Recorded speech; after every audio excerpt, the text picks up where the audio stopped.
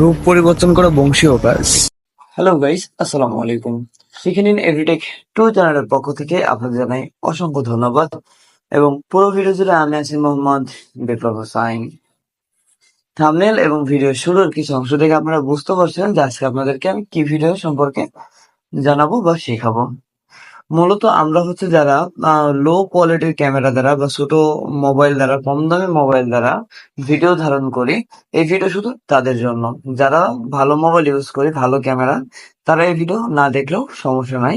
তবে যদি আমার চ্যানেলে এসেই থাকেন তো অবশ্যই আমার চ্যানেলটি সাবস্ক্রাইব করবেন, কারণ আপনাদের জন্য রয়েছে আমাদের চ্যানেলে সুন্দর সুন্দর ভিডিও।